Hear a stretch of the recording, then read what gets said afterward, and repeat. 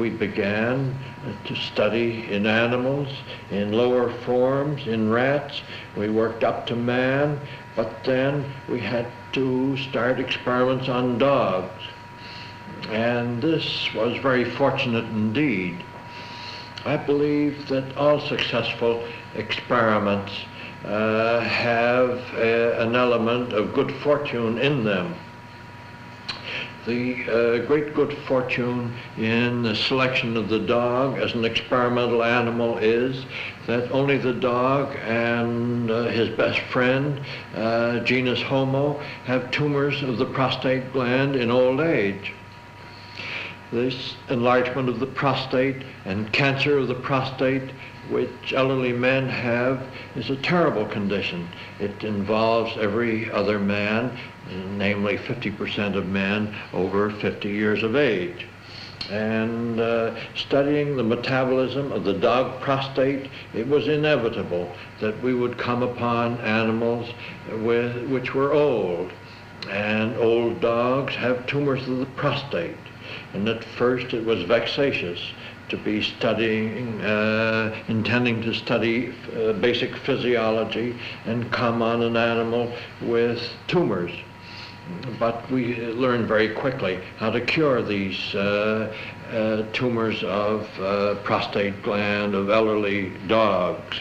And from then it was just transposing the results from dog to man, and they transposed very well indeed. So we were able to relieve human suffering by simple and novel techniques. We fell in love with the problem cancer of the breast, which is a ferocious problem. Cancer of the breast in the Western world is the commonest cancer of any that afflict human beings. 10% of cancers are cancer of the breast, and it involves mostly the female. It involves the mother of the race, she who holds the family together. And this is one of the great and exciting periods of my life, because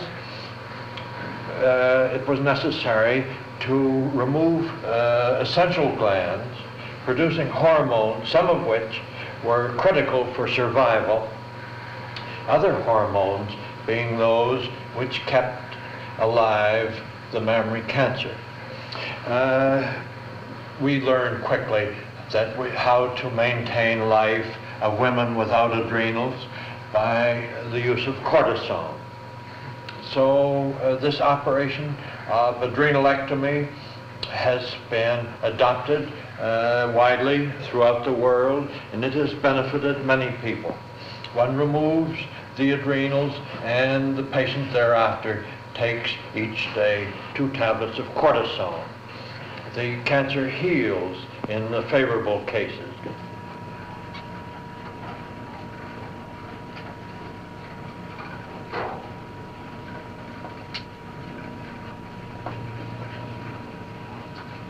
Here one draws a cubic centimeter of blood and then uses it for chemical studies. We don't have any tube. Perhaps I should tell you one thing about our laboratory work. It seems that in 1966, instant coffee is the lifeblood of the scientist. And this is what we do while engaged in discussion of results, planning of experiments. We indulge ourselves in thousands of cups of coffee a year. I always have full attendance in staff meetings because I serve instant coffee. The workers come for the coffee But this is not the reason I serve it. I serve it so that we can have intelligent discussion of the business of discovery. And when one discovers something which is useful to the people, it remains a legacy to the race which has meaning, which will last forever. And instead of benefiting only 1 million people with prostate cancer each year, it will benefit 1 million people with prostate cancer from now ad eternum, thousands of years. This is the thing that keeps the experimenter going too. While he is preparing and consuming his instant coffee, he is designing beautiful things which are useful and true and which will benefit all mankind for all years to come.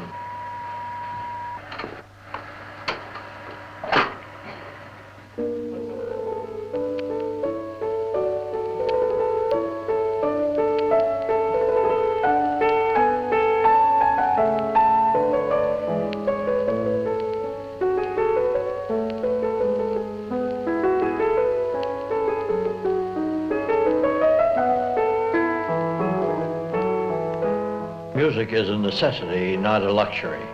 And I listen to music at least 2 hours a day, and preferably 3 or 4. These are the hours that are commonly wasted. I listen to music when I arise in the morning for 1 hour and 2 hours in the evening. And usually it's by the same composer, Johann Sebastian Bach, because this is so tranquilizing and peaceful that one feels a continuity with God by listening to Bach.